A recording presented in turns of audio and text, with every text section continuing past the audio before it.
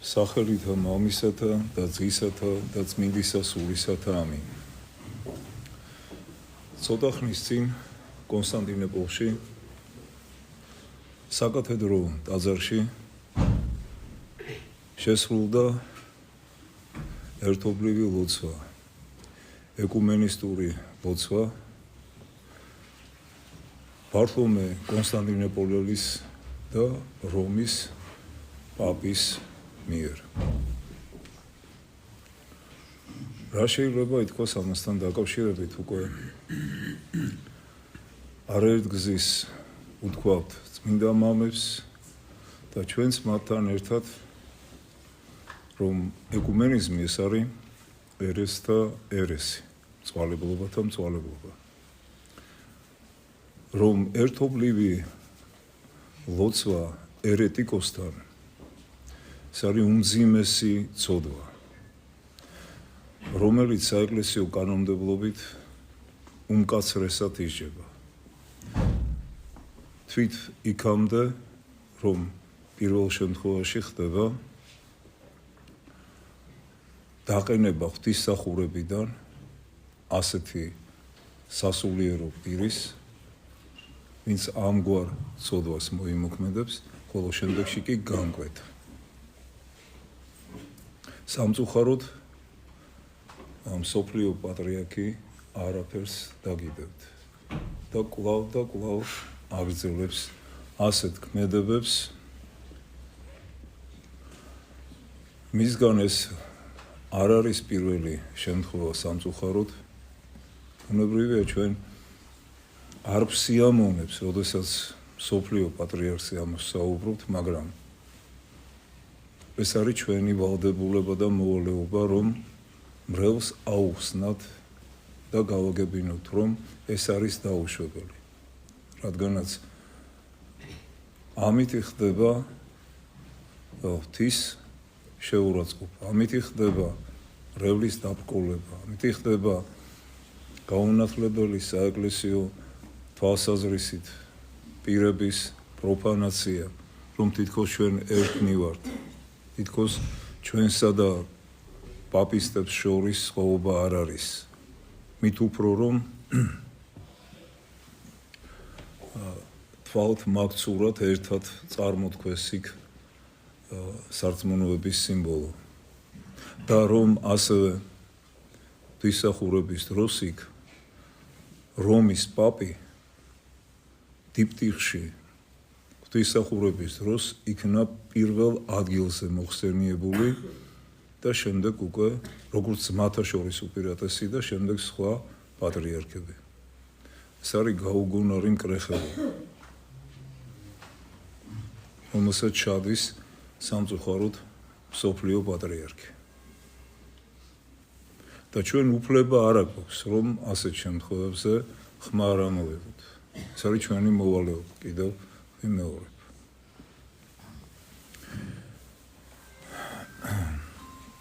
მე მინდა წაგიკითხოთ 2009 წელს გამოქვეყნებული წერილი მართლმადიდებელი სამღვდელოებისა და ბერების მიერ მიღებული კონვენციიდან, რომელსაც ჩვენც მოვაწერეთ ხელი თავის დროს. წაგიკითხოთ ამონარიდები ამ წერილიდან და ეს იქნება დღეს პირველი საუბარი ამ საკითხზე, ამ მეტად მტკივნეულ, მაგრამ მნიშვნელოვან საკითხზე და შემდეგ დასკვნითი საუბარი სულ მოკლე ხანში ასევე შედგება. მათ ვინც უფლის წყალობით გავიზარდეთ ღმრთის მოსალ დოგმატურ სწავლებაზე და ვინც ყველაფერში ვემორჩილებით ერთ წმინდა კათოლიკე და სამოციქულო ეკლესიას. გვწამს, რომ კაცობრიობის ხსნის ერთადერთი გზა წმინდა სამებაშია, ჩვენი უფლის იესო ქრისტეს საქმეებში, მოძღვრებასა და მის სხეულში, წმინდა ეკლესიაში, რომელიც ქრისტეს სწავლების გამგრძელებელია. ქრისტე არის ერთადერთი ჭეშმარიტი სინათლე და არ არსებობს სხვა სინათლე, რომელსაც შეუძლია ჩვენი განათლება. არც სხვა სახელები არ არსებობს ცის ქვეშეთში, რომელსაც შეეძლებოდა ჩვენი ხსნა. 2000 წლის მანძილზე ქრისტეს მიერ დაარსებული და სულიწმინდით მართული ეკლესია უფლის მიერ ნაკადაგებ წმინდა მოციქულთა მიერ გადმოცემულ და წმინდა მამების მიერ შემონახულ და დაცულ მხსნელ ჭეშმარიტებაში მუდამ იდგა მტკიცედ და შეურყევლად. იგი პირველი საუკუნეების მანძილზე იუდეველთა და წარმართა მხრიდან სასტიკი დევნის დროსაც კი არასდროს გატეხილა. ეკლესიამ შვა უამრავი მოწამე და ბრძოლიდან ყოველთვის გამარჯვებული გამოდიოდა. ამგვარად ამტკიცებდა იგი თავის ღვთაებრივ წარმომავლობას, რაზეც წმინდა იოანე ოქროპირი ასე ხატოვნად ბრძანებს. არაფერი ეკლესიაზე უფრო ძლიერი, თუ შენ კაცის წინააღმდეგ იბრძვი, შეიძლება დამარცხდე ან გაიმარჯვე, ხოლო თუ ეკლესიის წინააღმდეგ იბრძვი, შეუძლებელია გაიმარჯვო, ვინაიდან ღმერთი ყველასა და ყველაფერზე ძლიერია. დევნის დროებით შეწყვეტისა და გარე მტრებზე, იუდეველებზე, კეთთაყვანის მცემლებზე მოპოვებული გამარჯვებების შემდეგ ეკლესიაში შიდა მტრები იწყებდნენ ხოლმე გამრავლება გაძლიერებას. თავს ამოყოფდნენ ხოლმე მრავალფეროვანი ერესები, რომლებიც ბედავდნენ და წმინდა მამების მიერ გადმოცემული სარწმუნოების დამახინჯების გზით აბნევდნენ მორწმუნეებს, ასუსტებდნენ მათ რწმენას, სახარებისა და მართლმადიდებლური ტრადიციების მიმართ. წმინდა ბასილი დიდი ეკლესიაში არსებული ვითარების აღწერისას ჯერ კიდევ მეოთხე საუკუნეში, როდესაც მთელი 40 წლის მანძილზე თვით უმაღლეს იერარქებს შორისაც კი ძვინმარებდა არიოზის ერესი, წერდა: სრულიად უგულებელ ყოფილ იქმნა წმინდა მამათა დოგმატები, განადგურებულია მოციქულთა მიერ დაწესებული ტრადიციები. ახლა ეკლესიაში შეინიშნება ახალგაზრდა სასულიერო პირთა მიერ შემოტანილი სიახლეები. ადამიანები ღვთისმეტყველების ნაცვლად მეცნიერული კვლევებით არიან დაკავებულნი. ამას სოფლის სიბრძნე გვერდს უვლის ჯვრის უპირატესობას. წყემსები ჩაანაცვლეს სხვრის ტყავში გახვეული მგლებით, რომლებიც ქრისტეს სამწოს ფარას განაბნევენ. რაც შეემთხვა გარეშე მტრებს, იგივე დაემართა შიდასაც. ერესებს ადგილობრივ და მსოფლიო კრებებზე სულიწმინდით გამბრძნობილ მამათა სრული და ერთიანი შეთანხმებით მიღებულ იქნა გადაწყვეტილებები, რომელთა საფუძველზეც ეკლესიამ დაამტკიცა ჭეშმარიტი მართლმადიდებლური სწავლება და მოახდინა მისი გამიჯვნა დემარკაცია ყველა დანარჩენი სწავლებისაგან. ამიტომ, როდესაც ზედმიწევნით ვიცავ წმინდა მამათა სწავლებებს და არ ვცვლით მათ მიერ დაწესებულ საზღვრებს, ჩვენ დაცულნი ვართ ცდომილებისაგან. გამონათქვამები წმინდა მამათა სწავლების თანახმად და ჩვენი მამების მიერ დაწესებული საზღვრების გადაულახავად წარმოადგენს მართლმადიდებლური წამსისა და ცხოვრების ურყევ წესს, პირდაპირ კურსს და უსაფრთხოების რეგულატორს. შესაბამისად, ჩვენი აღმსარებლობის მთავარი პოზიცია შემდეგნაირია. ჩვენ უცვლელად და ხელშეუხებლად ვინარჩუნებთ ყველაფერს, რაც მსოფლიო კრებებისა და წმინდა მამების მიერ იქნა დადგენილი. ვაღიარებთ და ვიღებთ ყველაფერს, რასაც ისინი აღიარებდნენ და ვგმობთ ყველაფერს, რასაც წმინდა მამები გმობდნენ. უფრო მეტიც, ჩვენ თავს ვარიდებთ ყოველგვარ ურთიერთობას მრწამსის საკითხებზე სიახლეების შემომტანებთან. ჩვენ არ ვუმატებთ, არ ვაკლებთ და არც ვცვლით წმინდა სწავლებას, ღმერთშემოსილი ეგნატე ანტიოქიელი წმინდა პოლიკარპე სმირნელის მიმართ თავის ეპისტოლეში წერს: ნებისმიერი ვინც იმის საპირისპიროს ამბობს, რაც დადგენილი იქნა მიუხედავად ამ პიროვნების სანდოობისა, მაშინაც კი თუ ის მარხულობს, უქორწინებელია და აღასრულებს წესებს და თქვენს თვალში იყოს ცხვრის ტყავში გადასმული მგელი, ცხვრის ფარის წარწმედის მოსურნე.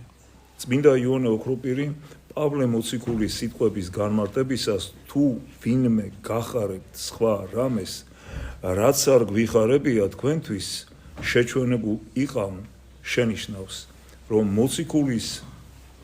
მოციქულს ეს არ უთქვამს მხოლოდ მათ შესახებ, ვინც სახარებით ნაუწყების საპირისპიროს აცხადებს ან თავდაპირა აყენებს ყველაფერს, არამედ თქვა იმათ შესახებაც, ვინც სულ მცირეთი განსხვავებულს ახარებს მოციქულის მიერ სახარებისაგან ნახარებისაგან.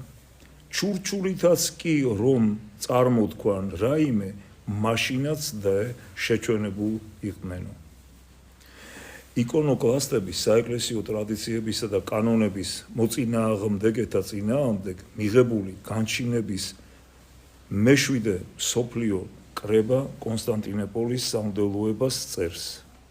ჩვენ ყოველთვის ვიცავდით საყოველთაო ეკლესიის ტრადიციებსა და არასდროს მოგვიკლია ან მიგვიმატებია მისთვის რაიმე. მოციქულების მსგავსად ჩვენც ვიცავთ, ვაღიარებთ და პატივს ვცემთ ყველაფერს, რაც წმინდა სამოციქულო ეკლესიამ წერილობით თუ გადმოცემით მიიღო პირველ საუკუნეებში. ვინაიდან ეკლესია ვერასდროს შეეგუება მის წიაღში სიახლეების შემოტანას და რაიმეს გამოკლების მცდელობას. ამიტომ სულიწმინდით გამგრძნობილ მამათა კანონების თანახმად ეკლესიაში ყველაფერი ჯეროვნად უნდა დავიცვათ, როგორც სიახლეების შემოტანისაგან, ასევე რაიმეს გამოკლებისაგან. წმინდა მამებისა და კრებების კვალდაკვალ ჩვენს უარყოფთ და შევაჩვენებთ ეკლესიის ისტორიის მანძილზე აღმოცენებულ ყველა ერეს, დღემდე შემორჩენილი ძველი ერესებიდან ქალკიდონის მეოთხე მსოფლიო კრებაზე მიღებული გადაწყვეტილებების, წმინდა მამების უმრავლესობის, როგორიცაა წმინდა მაქსიმე ამსარებელი, წმინდა იოანე დამასკელი, ფოტი დიდი და სხვა წმინდანები სწავლების თანახმად ვგმობთ არიანელობას, რომელიც შემორჩენილია იეჰოვას სრულ მოწმეებში და მონოფიზიტობას, რომელიც წარმოადგენს ევტიქის უკიდურეს სახეს და სევერიოსისა და დიოსკორეს უფრო ზომიერ ფორმას. ჩვენ ვაცხადებთ, რომ პაპიზმი არის ერესებისა და ცდომილებების მშობელი. ფილიოკვეს სწავლება, რაც ნიშნავს სულიწმინდის გამომავლობას და ძისაგან, ეწინააღმდეგება ყველაფერს, რაც ქრისტემ სულიწმინდის შესახებ გვასწავლა. კრებებზე დამსწრე მამებიდან ყველა ერთად და ცალ-ცალკე ერესად მიიჩნევენ პაპიზმს. ვინაიდან ფილიოკვეს გარდა პაპიზმმა უამრავ ცდომილებას დაუდო სათავე, როგორიცაა პაპის პრიმატი და უცდომელობა, უფუარი ხმიადი ზიარება, განსამწმენდელი, ღვთისმშობლის უბიწოდ ჩასახვა, ქმნილი მადლი, ცოდვების პატიების ყიდვა, ანუ ინდულგენცია. პაპიზმმა შეცვალა ნათლობასთან, საღვთო ევქარისტიასთან და სხვა წმინდა საიდუმლოებებთან დაკავშირებული თითქმის ყველა სწავლება, პრაქტიკა და ეკლესია საერო სახელმწიფოდ გადააქცია. როგორც ხატოვნად ამბობს თანამედროვე ერთი უდიდესი მამა იუსტინე სერბი, პაპი ხელმწიფედ გადაქცეულა, კარდინალები მინისტრებად, მღვდლები საერო მოხელეებად. ეს არის ვატიკანის დღევანდელი სახე და მისი წინამძღოლი პაპი, როგორც ერეს იერარქი აპირებს რომ თავისი ეს სრულ სწავლება მსოფლიოს სხვადასხვა კიდეში განფინოს. ამიტომ არის მისი ჩამოსვლა ჩვენთანაც მეტად სახიფათო. რამე თუ იგი არა მხოლოდ როგორც პოლიტიკოსი ჩამოვა აქ, არამედ როგორც პაპიზმის მქადაგებელი უპირველეს ყოვლისა. სადაც ის მიდის ყველგან იქადაგება პაპიზმი. რუსუდან მეფის დროიდან იწყეს ჩვენთან საქართველოში შემოსვლა პაპის ემისრებმა, პირველმა მისიონერებმა. ჩვენ გვისაუბრია იმის შესახებ, თუ როგორ დასცინოდნენ ისინი ქართულ ხალხს. ილია ტაბაღუას, პროფესორ ილია ტაბაღუას თავის მემუარებში აქვს აღწერილი ეს ყოველივე და იქ ერთ-ერთი მისიონერი იმასაც კი ამბობს, გაკადნიერებული და გათავხედებული, რომ ღმერთი ეხლა ალბათ რომ ხედავს თუ როგორ ვატყუებთ ამ ხალხსო, ალბათ როგორ იცინისო.